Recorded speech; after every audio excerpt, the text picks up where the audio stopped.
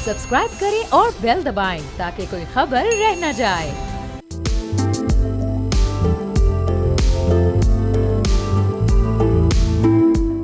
अस्सलाम वालेकुम, मैं और जहांगीर, आप देख रहे हैं प्रोग्राम व्यापार। अमेरिकी सदर डोनाल्ड ट्रंप के आने के बाद पाकिस्तान और अमेरिका के ताल्लुकात एक नए दौर में दाखिल हो गए हैं। पाकिस्तान और अमेरिका के ताल्लुकात 1980 की दहाई से कायम हैं। दुनिया की सबसे बड़ी माशी और सियासी कुव्वत किसी न किसी लिहाज से ज़रूर पाकिस्तान पर भी असरअंदाज होती रही है। अमेरिका में 6,25,000 से ज़ायद पाकिस्तानी निजात अमरीकी शहरी मुकीम हैं, जिनकी भेजी गई रकम पाकिस्तान की सालाना रेमिटेंस का 1/3 के करीब बनती हैं। अमेरिका पाकिस्तान का अहम ट्रेड पार्टनर भी है। पाकिस्तान में 80 से ज़ायद अमरीकी कंपनीज कारोबार कर रही हैं। माली साल 2024 में पाक यूएसए ट्रेड में नुमाया इजाफा देखा गया है। अमेरिका पाकिस्तान के लिए सबसे बड़ी एक्सपोर्ट मार्केट है। पाकिस्तान की अमेरिका को सिर्फ एक्सपोर्ट्स तकरीबन $8 अरब तक पहुंच गई हैं, जिसमें टेक्सटाइल और गारमेंट्स का बड़ा हिस्सा है। पाकिस्तान हर साल अपनी टोटल एक्सपोर्ट का तकरीबन 16% अमेरिका को एक्सपोर्ट करता है। एक रिपोर्ट के मुताबिक पाकिस्तान और अमेरिका के दरमियान बाईलैटरल ट्रेड को $14 बिलियन तक ले जाने का पोटेंशियल मौजूद है। पाकिस्तान की अमेरिका को IT की एक्सपोर्ट $1 बिलियन से तजावुज कर गई है। रवा माली साल के इब्तदाई 5 माह के दौरान पाक अमेरिका बाईलैटरल ट्रेड का हुजम $3 अरब 5 करोड़ से जायद रहा है। पाकिस्तान अमेरिकी कपास का दुनिया में सबसे बड़ा इंपोर्टर है। अमेरिका इस वक्त दुनिया की सबसे बड़ी इकोनॉमी है, जिसका मजमूई GDP $29 ट्रिलियन से जायद है, जबकि चाइना दुनिया की दूसरी बड़ी मईशत के तौर पर इस वक्त मौजूद है, जिसका हुजम $18.5 ट्रिलियन है। और पाकिस्तान के दोनों ही बड़ी इकोनॉमीज के साथ बहुत गहरे ताल्लुकात हैं और हर गुजरते दिन के साथ ये ताल्लुकात मजीद बेहतर होते जा रहे हैं। अमेरिकी बिलियनियर्स इन्वेस्टर्स का डेलीगेशन इस वक्त पाकिस्तान में मौजूद है। नई अमेरिकी इंतजामिया के आने के बाद ये पहला सरमायाकारी वफ्द का दौरा है, जिसे पाकिस्तान के लिए इस वक्त बहुत अहम तरीन समझा जा रहा है। मुल्की मईशत इस वक्त बेहतर रिजल्ट प्रोड्यूस कर रही है, जिसकी वजह से गैर मुल्की इन्वेस्टर्स पाकिस्तान में इन्वेस्टमेंट को तरजीह दे रहे हैं। ये अमेरिकी इन्वेस्टर्स के डेलीगेशन की सरबराही जेंट्री बीच कर रहे हैं, जो अमेरिकी सदर डोनाल्ड ट्रंप के बहुत ही करीबी समझे जाते हैं। जेंट्री बीच के मुताबिक पाकिस्तान एक हैरत अंगेज मुल्क है और पाकिस्तान का माहौल अमेरिकी सदर ट्रंप के लिए साजगार है। अमेरिका पाकिस्तान में अरबों डॉलर्स की सरमायाकारी करना चाहता है। सदर डोनाल्ड ट्रंप इकोनॉमिक डिप्लोमेसी पर यकीन रखते हैं। अमेरिकी इन्वेस्टर्स ने पाकिस्तान के मुख्तलिफ सेक्टर्स में इन्वेस्टमेंट के लिए इंटरेस्ट भी शो किया है, जिसमें AI है, माइंस एंड मिनरल्स हैं और रियल एस्टेट, ये वो अहम तरीन शोबे हैं। जेंट्री बीच ने कहा है कि ऐसी कंस्ट्रक्शन टेक्नोलॉजी यहां पर लाना चाहते हैं जिससे एक माह में 30 मंजिला इमारत बन जाती है। माहिरीन के मुताबिक डोनाल्ड ट्रंप जंगों में उलझने के बजाय मईशत को अहमियत दे रहे हैं। अमेरिका नई मार्केट्स और इन्वेस्टमेंट के नए मौके तलाश कर रहा है। सऊदी अरब पाकिस्तान में $600 अरब की सरमायाकारी कर रहा है। इस वक्त पाकिस्तान रूस से भी सरमायाकारों का एक वफ्द पाकिस्तान आ रहा है, जो स्टील मिल कराची में सरमायाकारी करना चाह रहा है। अब अमेरिकी वफ्द इस वक्त आया है और किन किन सेक्टर्स में इसने दिलचस्पी का इजहार किया और ये कितना बड़ा गेम चेंजर पाकिस्तान की मईशत के लिए साबित हो सकता है, इस पर हम गुफ्तगू करेंगे। खुर्रम शहजाद साहब मुशीर हैं, वज़ीर ख़जाना के, हमारे साथ मौजूद हैं। बहुत शुक्रिया खुर्रम साहब, प्रोग्राम के लिए आपने वक्त निकाला। अमेरिकी इन्वेस्टर्स का ये दौरा पाकिस्तान की मईशत के लिए कितना बड़ा गेम चेंजर साबित हो सकता है और कितनी कामयाबी इस दौरे के बाद पाकिस्तानी मईशत और ख़ासतौर पर जो पाकिस्तान का इन्वेस्टमेंट लैंडस्केप है उसको मिल सकती है, कितनी बेहतरी आ सकती है? जी, बहुत शुक्रिया मुझे लेने के लिए। देखिए, बड़ा इंपॉर्टेंट दौरा है और जो अमेरिकन डेलीगेशन है ये भी बहुत ज़्यादा इसकी एक सिग्निफिकेंस है, क्योंकि देखें इस पॉइंट पे जहाँ पे अमेरिकन एडमिनिस्ट्रेशन जो है वो चेंज हुई है और ट्रंप एडमिनिस्ट्रेशन आई है और उसका पहले भी एक पाकिस्तान के साथ बड़ा अच्छा एक ताल्लुक़ रहा है और हमारे US के साथ ऑफ कोर्स जो है ट्रेड रिलेशंस भी बहुत ज़्यादा हैं और ख़ासकर हमारी जो एक्सपोर्ट्स हैं वो काफ़ी ज़्यादा सिग्निफिकेंट हैं US मार्केट्स की तरफ। ट्रेड ओवरऑल बहुत सिग्निफिकेंट है US मार्केट्स की तरफ। हमारा ट्रेड सरप्लस है, यानी कि हम इंपोर्ट कम करते हैं, एक्सपोर्ट ज़्यादा करते हैं US को। तो US बड़ा इम्पॉर्टेंट, बहुत की ट्रेड पार्टनर है पाकिस्तान का। और ना सिर्फ ये कि पाकिस्तान का की ट्रेड पार्टनर है, बल्कि आप इन्वेस्टमेंट अगर देख लें तो इन्वेस्टमेंट का पिछले कई दहाइयों से देख लें, अमेरिकन इन्वेस्टमेंट पाकिस्तान में, चाहे वो FDI हो, चाहे वो जो है पोर्टफोलियो इन्वेस्टमेंट हो जो कि सेकेंडरी मार्केट्स में आती हैं, या ग्रीनफील्ड इन्वेस्टमेंट्स हों, या फिर सपोर्ट हो किसी तरह की, तो अमेरिकन इकोनॉमी के साथ और अमेरिका के साथ बहुत ज़्यादा जो है स्ट्रॉन्ग पार्टनरशिप्स रही हैं। और इसमें ट्रेड, इन्वेस्टमेंट्स और साथ साथ रेमिटेंसेस, हमारे एक्सपर्ट्स जो हैं वो भी काफ़ी ज़्यादा बसते हैं अमेरिका में, तो हमें रेमिटेंसेस भी अच्छी मिलती हैं। तो मेरे ख्याल में डेलीगेशन का इस टाइम पे आना और ये अनाउंस करना कि वो सारे बड़े की एरियाज, चाहे वो एनर्जी हो, वो माइनिंग हो, इंफ्रास्ट्रक्चर हो और दूसरे की एरियाज हो, इन सब में इन्वेस्टमेंट अनाउंस करना, या एटलीस्ट ये जो है इम्प्रेशन देना कि जी काफ़ी सिग्निफिकेंट इन्वेस्टमेंट हम करेंगे और हम लेकर आएंगे। देखें जो निटी-ग्रिटीज हैं या इन्वेस्टमेंट साइज क्या होगा, किस किस प्रोजेक्ट में आएंगी, वो फिर आपको पता है एक मरतबा इन प्रिंसिपल डिसीजन आता है या अनाउंसमेंट आती है, फिर वहां से हर चीज़ जो है वर्कआउट होना शुरू होती है। तो मेरे ख्याल में जो है ये बड़ा इंपॉर्टेंट दौरा है, ना सिर्फ इकोनॉमिक्स की वजह से बल्कि ऑफ सही। कोर्स हमारे जो रिलेशन है उनको और बेहतर करने ठीक है। की वजह से। तो खुराना उस साहब जो point of view बात से भी की, जो बहुत गुफ्तगू important की है। जेंट्री बीच ने कल, उन्होंने सबसे बेहतर बात ये की कि वो सिर्फ इन्वेस्टमेंट के लिए आए हैं, वो सिर्फ बिजनेस के लिए यहाँ पर आए हैं, उनका कोई पॉलिटिकल एजेंडा नहीं है, कोई वो डायलॉग करने नहीं है, कोई सियासी बात करनी नहीं है। ये सबसे अच्छी बात है कि मईशत की अहमियत को वो समझ रहे हैं। अब वो ये भी कह रहे हैं कि डोनाल्ड ट्रंप का अमरीकी क़यादत का पाकिस्तानी क़यादत की सोच एक जैसी है, विजन एक जैसा है, टारगेट्स भी ज़ाहिर है फिर एक जैसे होंगे। अब उन टारगेट्स को हासिल कैसे करना है, पाकिस्तान को उसके लिए कितनी इन्वेस्टमेंट की ज़रूरत होगी, उसके लिए एक बेहतर स्ट्रेटजी क्या हो सकती है, साथ मिलकर दोनों ममालिक कैसे चल सकते हैं और टारगेट्स फिर किस तरह से हासिल किए जा सकते हैं, इस पे आपकी क्या राय है? देखिए आपके सवाल के दो हिस्से हैं। एक तो ये कि जी सिर्फ इन्वेस्टमेंट की लिए बात हो रही है, सिर्फ इकोनॉमी की बात हो रही है, तो ऑब्वियसली एक आपके पास जो इन्वेस्टर आ रहा है या उसका डेलीगेशन आ रहा है तो इन्वेस्टमेंट की बात करेगा, क्योंकि उसका पॉलिटिक्स से ताल्लुक नहीं है। तो इसलिए वो बिल्कुल सही बात है, और इन्वेस्टमेंट की बात जहाँ तक होती है, और मेरे ख्याल में तो इकोनॉमीज जो है वो ड्राइव करती हैं हर चीज़ को, बिल्कुल। और इस तरह के रिलेशंस जो है वो ड्राइव करते हैं हर चीज़ को। हर चीज की बेहतरी के पीछे इकोनॉमी होती है, इकोनॉमिक्स होती है। तो मेरे ख्याल में जब आपके यहाँ एक इन्वेस्टर ये स्टांस लेकर आया है कि जी उसने इन्वेस्टमेंट मजीद करनी है, तो देखें इससे बड़ी बेहतर खबर तो हो नहीं सकती ना, क्योंकि हर चीज उसके साथ रेलेवेंट है। और अगर आपके किसी के साथ पॉलिटिकल ताल्लुकात बेहतर हैं तो वो ट्रांसलेट किस चीज़ में होते हैं? वो इकोनॉमिक्स में होते हैं, इकोनॉमी में होते हैं, इन्वेस्टमेंट्स में होते हैं, ट्रेड में होते हैं, एक्सचेंजेस में होते हैं।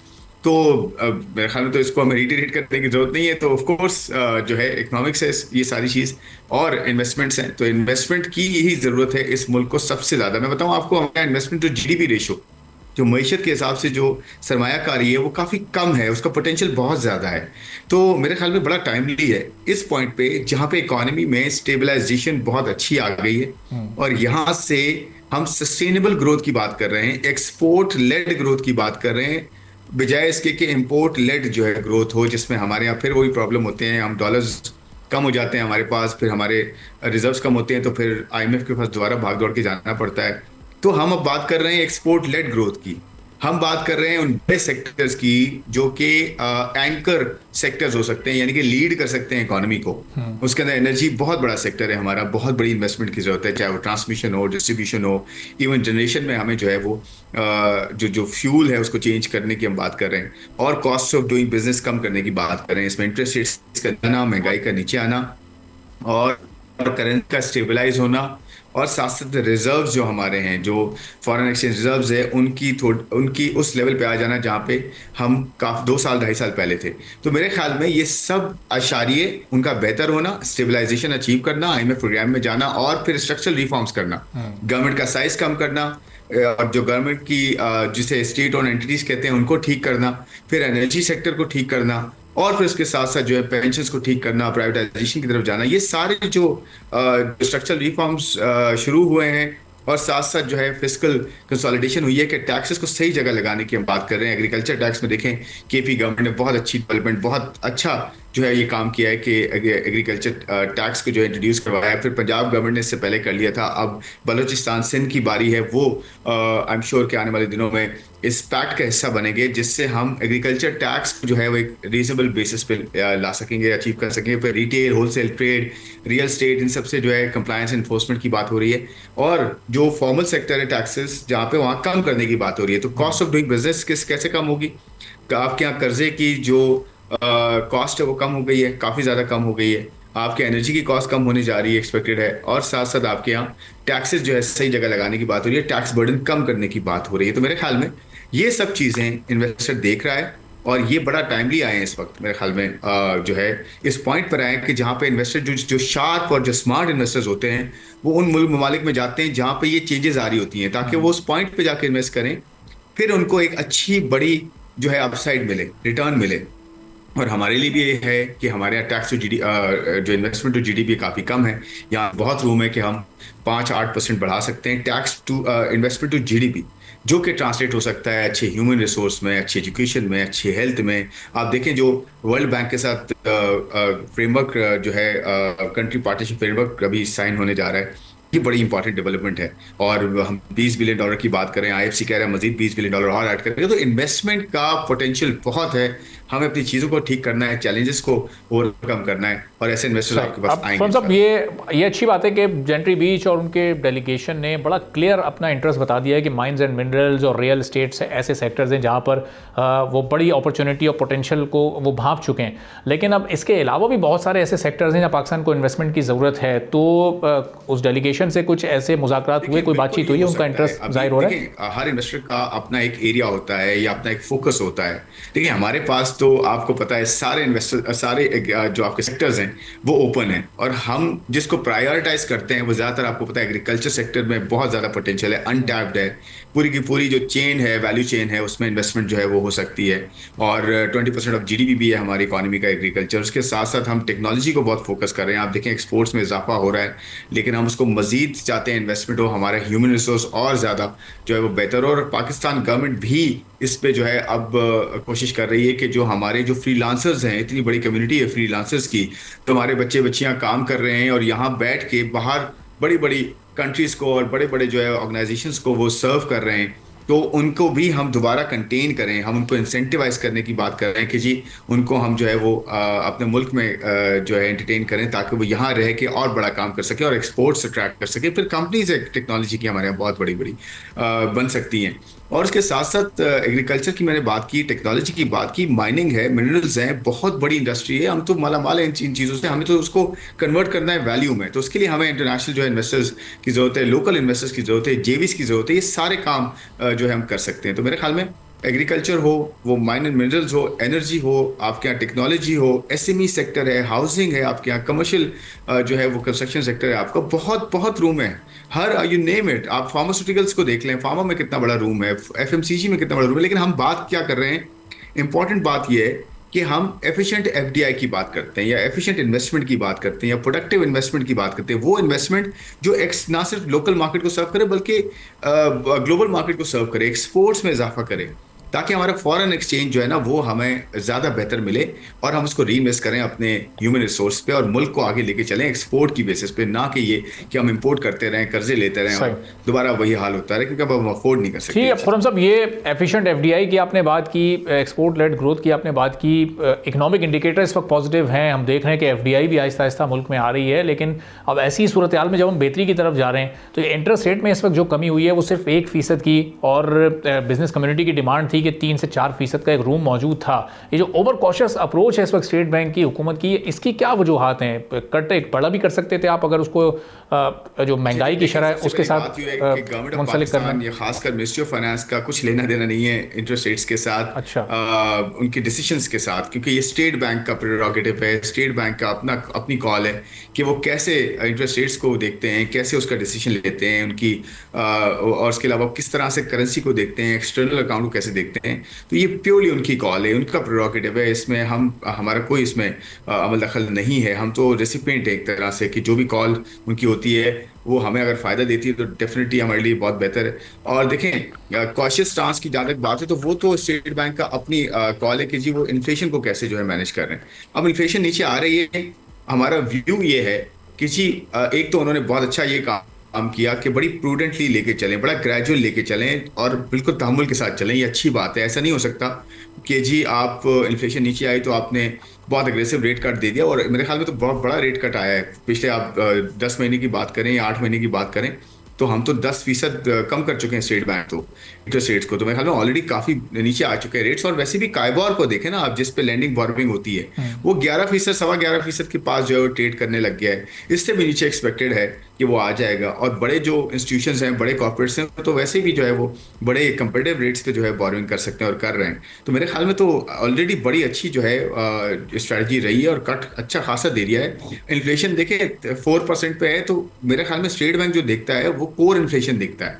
यानी कि आप जो तवानाई एनर्जी वाली जो महंगाई है और फूड की महंगाई है, इसको हटा दें तो बाकी जो कोर इन्फ्लेशन है कि एक्चुअल जो है लोग कर्जा ले रहे हैं, क्या कर रहे हैं, कैसे यूज हो रहा है, वो बेसिकली जो है ना, वो तो आपके यहाँ 9 साढ़े 9%, 10% के अराउंड जो है वो आ रही है।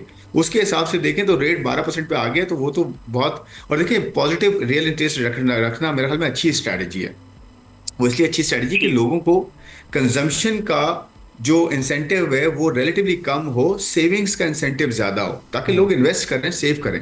तो मेरे ख्याल में स्टेट बैंक ने अच्छी स्ट्रैटेजी अपनाई, और आगे अगर इन्फ्लेशन और नीचे जाती है, जो कि एक्सपेक्टेड है कि 3% पे जा सकती है जनवरी की इन्फ्लेशन, ये स्ट्रीट फोरकास्ट है, तो आपके यहाँ इंटरेस्ट रेट मजीद नीचे आ सकते हैं। स्टेट बैंक की स्ट्रैटेजी मेरे ख्याल में वो अभी तक बहुत कामयाब है तीन चीज़ों में। इंटरेस्ट रेट्स की स्ट्रैटेजी में, एक्सटर्नल अकाउंट को देखा है आप, हम सरप्लस में हैं। तीसरा जो है ना, करेंसी को स्टेबलाइज करने में बड़ा मार्केट फोर्सेस के थ्रू बड़ा अच्छा जो है रोल प्ले हुआ है। तो मेरे ख्याल में अच्छी स्ट्रैटेजी, इंशाल्लाह इसके जो समरात हैं मजीद आके आएंगे और इन्वेस्टर कॉन्फिडेंस मजीद बढ़ेगा। ठीक है, बहुत बहुत शुक्रिया खुर्रम शहज़ाद साहब, खजाना हमारे साथ मौजूद थे और गुफ्तगू आपने उनकी सुनी। बड़ा अच्छी इस वक्त एक ये हैपनिंग और डेवलपमेंट सामने आई है कि अमेरिकन डेलीगेशन इस वक्त यहाँ पर मौजूद है, और अब बड़ी इन्वेस्टमेंट की भी तवक्को है कि जो मुल्क की, जो दुनिया की सबसे बड़ी मईशत है, वो अगर पाकिस्तान में बड़ी इन्वेस्टमेंट करती है तो किन सेक्टर्स में करती है, ख़ास तौर पर जो उनका अपना इंटरेस्ट है वो उसको काफ़ी हद तक ज़ाहिर कर चुके हैं। माइंस एंड मिनरल्स को अगर अमेरिकी इन्वेस्टमेंट से एक्सपोर्ट किया जाता है तो उससे पाकिस्तान को कितना फ़ायदा होता है, फिर रियल एस्टेट सेक्टर हमारा कितना बूस्ट करता है, और ये रियल एस्टेट इंडस्ट्री के लिए भी एक बड़ी खबर और अपॉर्चुनिटी होगी कि अमेरिकी इन्वेस्टमेंट यहाँ पर आ रही है। और दीगर कौन कौन से सेक्टर्स ऐसे हैं आने वाले दिनों में, इस पर हम आपको मजीद भी अपडेट करते रहेंगे। एक ब्रेक करता हूँ, ब्रेक के बाद वापस आएंगे, एक और बड़ा अहम मौजू है जिसको प्रोग्राम में शामिल करेंगे।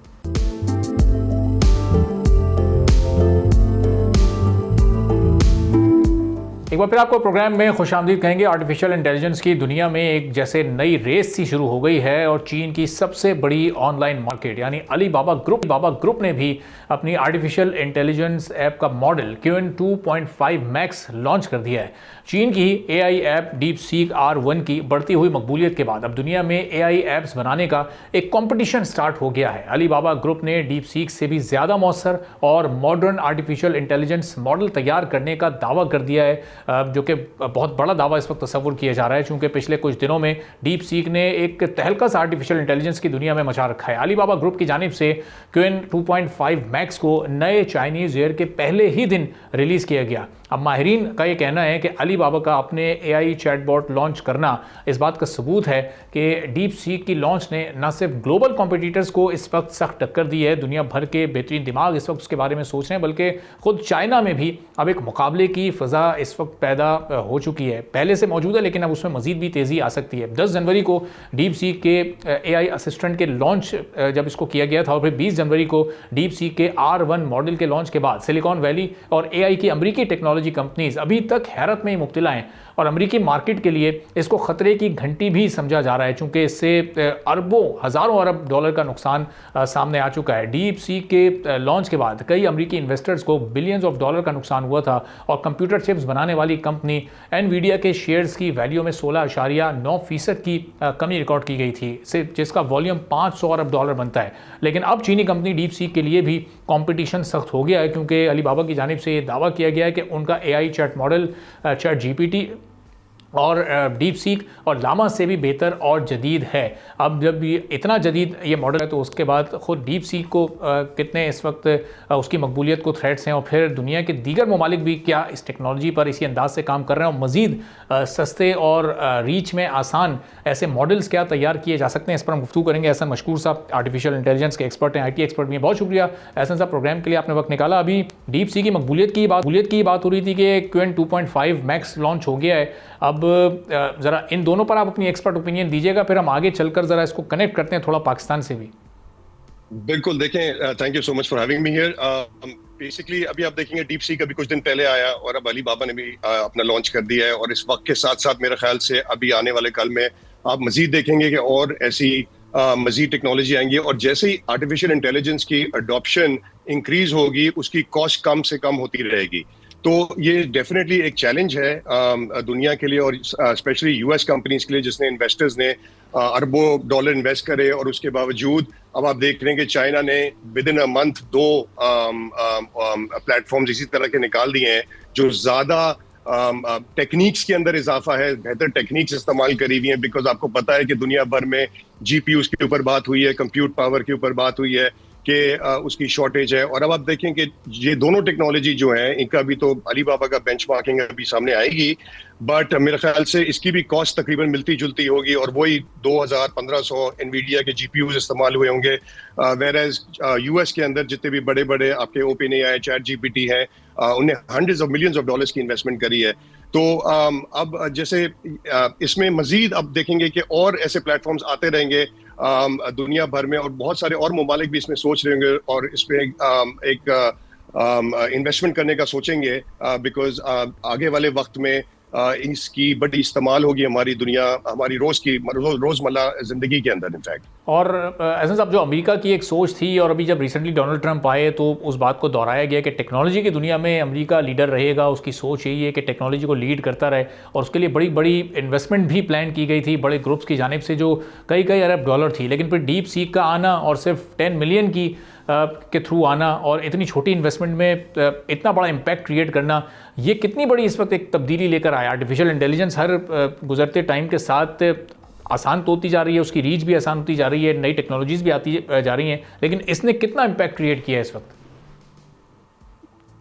देखिए, इकोनॉमी में इम्पैक्ट तो जरूर क्रिएट कर रहा है, बट अभी इतनी एक्सपेंडिचर हो चुका है कि यूएस मार्केट है इसके अंदर, तो उसको जाया तो नहीं होने देंगे। इसको अब मजीद आगे डेवलप करेंगे और बेहतर टेक्निक्स को इस्तेमाल करेंगे। डोनाल्ड ट्रंप जब आए थे भी तैयार करा था कि वो आर्टिफिशियल इंटेलिजेंस, एआई एजेंट्स जिनको कहते हैं, उनको यूज करेंगे डिफरेंट स्तरों में और डिफरेंट ऑर्गेनाइजेशंस के अंदर डिफरेंट कैपेबिलिटीज के साथ। तो ये एक बहुत बड़ा इम्पैक्ट है। बट ये देखें ना, अब इतनी जल्दी वक्त के अंदर अगर ऐसे दो प्लेटफॉर्म्स आ गए, तो अब जो कंपेटिटिव एडवांटेज है वो अब इट्स वेरी शॉर्ट लिव्ड। तो अभी हम अब मजीद अगर आप देखेंगे, जो America wants to be recognised as global AI player and they will not give up that war, because artificial intelligence के अंदर अपनी रेलेवेंस रखना आजकल के दौर में बहुत एसेंशियल है, और पाकिस्तान को भी रखना बहुत एसेंशियल है। और एज अब दुनिया की इस वक्त जो दो बड़ी इकॉनमीज़ हैं, ज़ाहिर है वो भी इस वक्त अमेरिका और चाइना भी है, और चाइना बहुत तेज़ी के साथ इस वक्त कोशिश ये कर रहा है कि वो उस नंबर 1 की पोजीशन पर वो पहुंच सके। अब जो आर्टिफिशियल इंटेलिजेंस या आईटी सेक्टर है, इसमें भी यही दोनों इस वक्त सबसे लेटेस्ट आइडियाज़ पर काम कर रहे हैं। दीगर ममालिक इसमें इस वक्त पीछे क्यों है? इन्वेस्टमेंट्स के इशूज़ हैं, इन्वेस्टमेंट का एज सच डीप सीक के बाद हम नहीं कह सकते कि कोई ऐसा इशू होगा, चूँकि आप देखें कि कम इन्वेस्टमेंट में भी एक ऐसी टेक्नोलॉजी लॉन्च की जा सकती है कि जिसने इस वक्त दुनिया भर को हिला कर रख दिया है। तो ये दीगर ममालिक इस वक्त टेक्नोलॉजी में क्यों पीछे हैं? कौन ऐसा कॉम्पिटिटर है जो कि इन दोनों को भी इस वक्त इनके लिए भी एक थ्रेट के तौर पर मौजूद हो? सर देखिए, मेरा ख्याल से जो इस चीज़ को समझना, एक हुकूमत के लिए इस चीज़ को समझना, इसकी अहमियत को समझना और उसके ऊपर एक एक्शन प्लान बनाना बहुत एसेंशियल है। और वो हुकूमत बना चुकी है। मेरा ख्याल से हमारा पड़ोस मुल्क जो है उस बहुत अभी वो डेटा सेंटर्स के ऊपर और बहुत इन्वेस्टमेंट वो मजीद कर रहे हैं। मेरा ख्याल से मेरी गट फीलिंग कहती है कि मेरे ख्याल से बहुत अनकरीब और जल्दी वो भी शायद कोई मॉडल्स निकाल दें और सिमिलर टू डीप सीक और मे बी ज़्यादा इफेक्टिव पैसों में। बट पॉइंट ये है कि ये चीज आती रहेगी, ये डेवलपिंग कंट्रीज से आती रहेगी, जहां पे आपके पास यूथ है और जहां पे आपके पास यंग ब्रेन्स हैं और आपके पास पॉपुलेशन है। पाकिस्तान के पास भी ये एडवांटेज आज है, हमें हासिल है। बट सिर्फ वो वाली बात है कि अपॉर्चुनिटी देना और एग्जीक्यूट करना, इसके लिए पूरा प्लान चाहिए होता है। ये ऐसे साइलोज नहीं कर सकते। तो अब आप देखेंगे कि और मुल्क भी इसके अंदर, मलेशिया भी एक और कंटेंडर है, इस तरह और भी मुल्क हैं जो अब मेरे ख्याल से बहुत वक्त के करीब अभी आप देखेंगे आने वाले दिनों में कुछ ना कुछ लेकर आएंगे मार्केट के अंदर। अच्छा, तो ऐसा इस वक्त इस मार्केट में पाकिस्तान कहाँ, उसको आप कहाँ रेट करेंगे? चूँकि ज़ाहिर है अपॉर्चुनिटीज़ अगर गवर्नमेंट ने प्रोवाइड करनी है, लेकिन प्लान तो एक्सपर्ट्स ने बनाना है। पाकिस्तान में ऐसे एक्सपर्ट्स हैं जो इस लेवल का काम कर सकें? अभी 2-3 रोज़ पहले हमने वो खबर देखी कि एक AI प्लान बनाया गया है, एक AI टेक्नोलॉजी टेक्सटाइल सेक्टर के लिए ऐसी बनाई गई है, और वो कराची की NED यूनिवर्सिटी के कुछ प्रोफेसर्स ने, उनके स्टूडेंट्स ने मिलकर बनाई है, जिससे वो उस टेक्सटाइल सेक्टर को बड़ी हेल्प कर सकेंगे और उसका जो डिफेक्ट है वो मैन्युफैक्चरिंग के दौरान ही उसको दूर किया जा सकेगा। तो इस तरह के मॉडल्स छोटे पैमाने पर तो पाकिस्तान में इस पर काम हो रहा है, लेकिन ऐसे मॉडल्स जिनको फिर इंटरनेशनली भी एक्सेप्ट किया जाए, ये काम पाकिस्तान में हो रहा है? और अगर नहीं हो रहा तो फिर उसके लिए किन चीज़ों की ज़रूरत होगी? देखिए मैं आपको बताऊं, ये बिल्कुल आपने बहुत ही एक दुखती रग पे हाथ रखा है, बिकॉज मेरी एक जो एआई कंपनी है उसके अंदर हम लोगों ने, जब दुनिया में कंप्यूट पावर शॉर्ट थी तो हमें तो प्रोजेक्ट्स करने हैं, हमें तो काम करना है। अब उसमें जब शॉर्टेज थी तो पाकिस्तानी लड़कों ने, पाकिस्तानी टीम ने एक वर्क अराउंड निकाला और कहा कि दुनिया तो जीपीयूज मांग रही है, हमने वही काम जो जीपीयूज की जरूरत जिसके लिए पड़ रही थी वो हमने सीपीयूज पे करके दिखाया। लार्ज एंटरप्राइजेस को पाकिस्तान के अंदर हमने सीपीयूज पे लार्ज लैंग्वेज मॉडल्स डिप्लॉय करे हुए हैं। मेरा ख्याल से ये दुनिया में हम वाहिद कंपनी है जो ये कर रहे हैं, मगर चक्कर ये कि हम पाकिस्तान में बैठ के कर रहे हैं। उसके फायदे भी हैं, उसके नुकसान भी हैं। तो अनफॉर्चुनेटली हमें इस चीज को थोड़ा सा देखना पड़ेगा कि पाकिस्तान के अंदर बहुत ब्रिलियंट माइंड्स हैं, और दूसरी चीज ये कि हमारे पास अगर आप देखें कि रिसर्च की दुनिया के अंदर मशीन जो है वो रिसर्च नहीं कर सकती, रिसर्च इंसान कर सकता है। और रिसर्चर्स हमारे पास अच्छे खासे पीएचडीज, एमफिल्स हैं, जिनको अगर सही डायरेक्शन पे लगाया जाए, उनको फंडिंग करी जाए, because funding is also scarce resource in Pakistan. तो उसके पॉइंट ऑफ व्यू से अगर आप ये सारी इंग्रेडिएंट्स जो हैं करें तो पाकिस्तान में भी बन सकता है। कोई इसमें वो नहीं है, $4-5 मिलियन में आराम से, मेरे ख्याल से अगर आप सही एक प्लान बना के इसको एग्जीक्यूट करें, पाकिस्तान भी बना सकता है, कोई ऐसी मुश्किल की बात नहीं है। तो अभी ऐसा हमने देखा कि कुछ दिनों पहले पाकिस्तान की हुकूमत ने एक उड़ान पाकिस्तान नाम का प्लान, यानी अपने आगे की 5 से 10 साल की एक प्लानिंग तरतीब दी है, और उसमें एक फ्रेमवर्क 5 E's का दिया, और उसमें एक ई पाकिस्तान का बड़ा एक इम्पॉर्टेंट कंपोनेंट के तौर पे वो चीज़ शामिल है।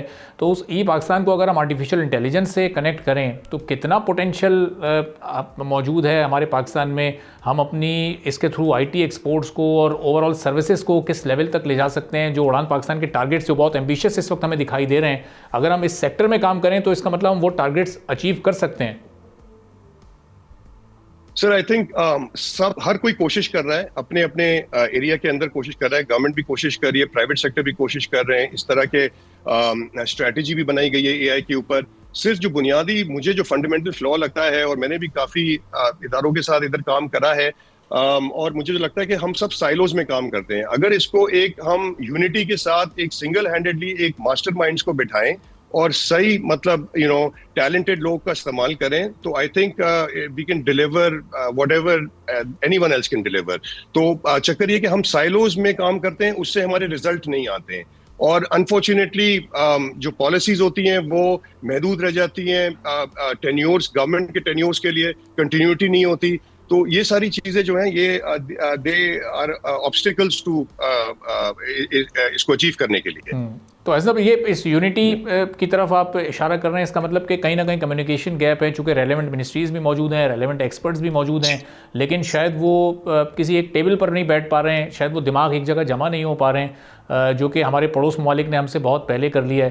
तो ये अगर अभी भी ये नहीं किया गया और अगर इसी तरह से इंडिविजुअल्स के तौर पे हम काम करते रहे, तो ये इसका एक कलेक्टिव हम इस वक्त नुकसान उठा रहे हैं या वो फ़ायदा नहीं हासिल कर पा रहे जितना हमारे अंदर पोटेंशियल है। सर देखें, पोटेंशियल इस कॉम के अंदर बहुत है। इस कॉम ने, अब आप देखें ना, अनफॉर्चुनेटली यहाँ से टैलेंट ड्रेन क्यों हो रहा है इस कॉम से, क्यों लोग बाहर जा रहे हैं? बिकॉज उनको अपॉर्चुनिटी नहीं मिली है, उनको मौका नहीं मिला है, राइट? तो उसकी वजह से हमारे जितने भी अच्छे स्ट्रॉन्ग माइंड्स हैं वो बाहर जा रहे हैं, उनको कभी अपॉर्चुनिटी। अब यहाँ पे हमें जो इस वक्त करना चाहिए, हमें सोचना चाहिए कि भाई this should be a national policy. This is actually, मैं तो ये कहता हूँ कि जैसे सऊदी अरेबिया के अंदर भी वो कहते हैं data is the new oil. तो अब वो वहां पे हर कोई उसी एक डेटा की तरफ और एआई की तरफ जा रहा है, तो everyone is on the same page. यहाँ पे हम लोग अनफॉर्चुनेटली हर इदारा या हर एक रिप्रेजेंटेशन किसी भी इंडस्ट्री की वो एक दूसरे से compete करने में लगी हुई है, या इसमें मैंने यही देखा है कि अनफॉर्चुनेटली हम लोग डिलीवर करने से घबराते हैं टेंजिबल रिजल्ट्स। हम लोग मे बी शायद लोगों को बुरा लगे अगर मैं ये बोलूंगा, बट हमें बहुत सीरियस एटीट्यूड क्रिएट करना पड़ेगा इसकी तरफ, बिकॉज ये एक हमें अपनी अगर रेलेवेंस रखनी है फ्यूचर के अंदर, तो हमें आर्टिफिशियल इंटेलिजेंस के अंदर आज घुसना पड़ेगा ताकि हम दुनिया के लिए एक रेलेवेंट कॉम हो, वरना हम इररेलेवेंट रहेंगे। और ऐसा भी है, इसके थ्रू हम अपनी आईटी एक्सपोर्ट्स को कितना एनहांस कर सकते हैं, उसमें कितना इजाफा हो सकता है, सवाल मैं आपके सामने रखता हूं, लेकिन उससे पहले ज़रा थोड़ा सा डेटा मेरे पास मौजूद है जो अपने शेयर कर लूँ। ये दुनिया की बड़ी इकोनॉमीज अपनी मईशत का ज़्यादातर रेवेन्यू आईटी एक्सपोर्ट से इस वक्त हासिल कर रही हैं। पाकिस्तान का IT sector billion of dollars कमाने का पोटेंशियल तो रखता है। पाकिस्तान की सालाना आईटी एक्सपोर्ट का वॉल्यूम 1.9 बिलियन डॉलर है। पाकिस्तान दुनिया के तरक्की याफ्ता ममालिक से आईटी सेक्टर की ग्रोथ में इस वक्त बहुत पीछे रह गया है। डिजिटल टेक्नोलॉजी को अगर रियल टाइम प्रमोट किया जाए तो 2030 तक पाकिस्तान की सालाना आमदन तकरीबन 60 बिलियन डॉलर्स तक भी पहुंचाई जा सकती है। वजारत आईटी की तरफ से दिए गए फिगर्स के मुताबिक पाकिस्तान की आईटी सेक्टर की इनकम जीडीपी का सिर्फ 1% है, जबकि इंडिया के आईटी सेक्टर की कुल आमदनी उसकी कुल जीडीपी का 10% से ज़्यादा पर मुश्तमिल है। गुज़िश्ता जो फिस्कल ईयर गुजरा है उसके मुकाबले में इस रवा माली साल में आईटी की बरामदात में 33% से ज़्यादा का इजाफा हुआ।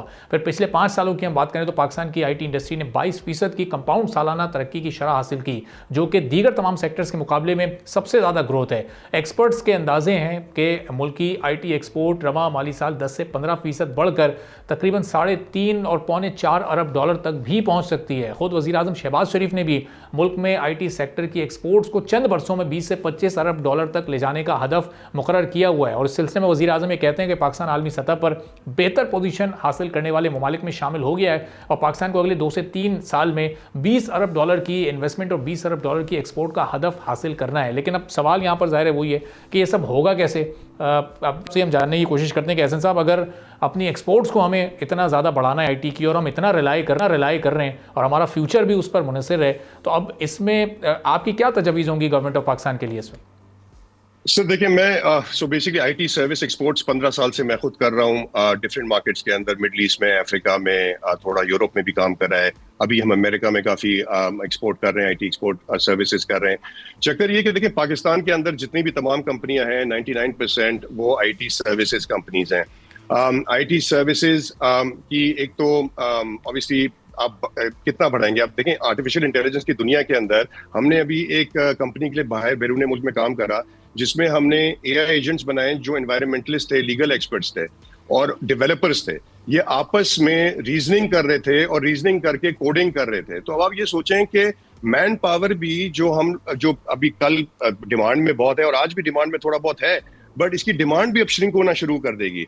तो हमारा अब जो रेस होनी चाहिए वो रेस इस चीज की नहीं होनी चाहिए कि हम अपनी आईटी सर्विस एक्सपोर्ट्स किस तरह बढ़ा सकते हैं। हमारी इस वक्त रेस ये होनी चाहिए कि हम एकेडमिक रिसर्च को कमर्शलाइज किस तरह कर सकते हैं और हम ग्लोबली कंपेटिटिव टेक्नोलॉजी किस तरह बना सकते हैं जो in open AI, chat GPT या सेल्सफोर्स या आईबीएम इन सब से कम्पीट करे।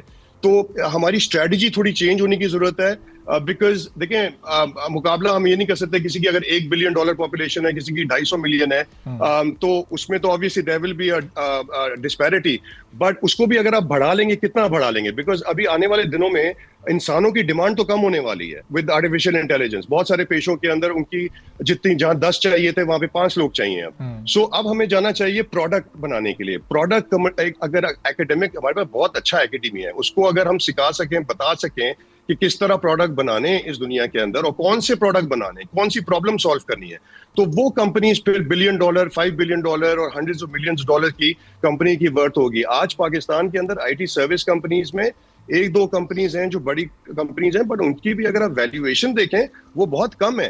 प्रोडक्ट कंपनीज की वैल्यूएशन इज 10x और 12x डिफरेंट। तो हमें पाकिस्तान को अब ये देखना चाहिए कि हमारी ट्रेडिंग मेंटालिटी है, हम एक सर्विस नेशन है, ₹1 की चीज ₹1.5 में देना। सो हमें वो माइंडसेट चेंज करना है और हमें R&D की तरफ ज्यादा तवज्जो देनी है और कमर्शलाइज करनी है एकेडमिक रिसर्च। ठीक है, बहुत बहुत शुक्रिया एहसन मशकूर साहब, आर्ट इंटेलिजेंस एक्सपर्ट हमारे साथ मौजूद थे। गुफ्तगू आपने सुनी। इसी के साथ नाज़रीन आज के प्रोग्राम से इजाज़त दीजिए। अल्लाह हाफ़िज़।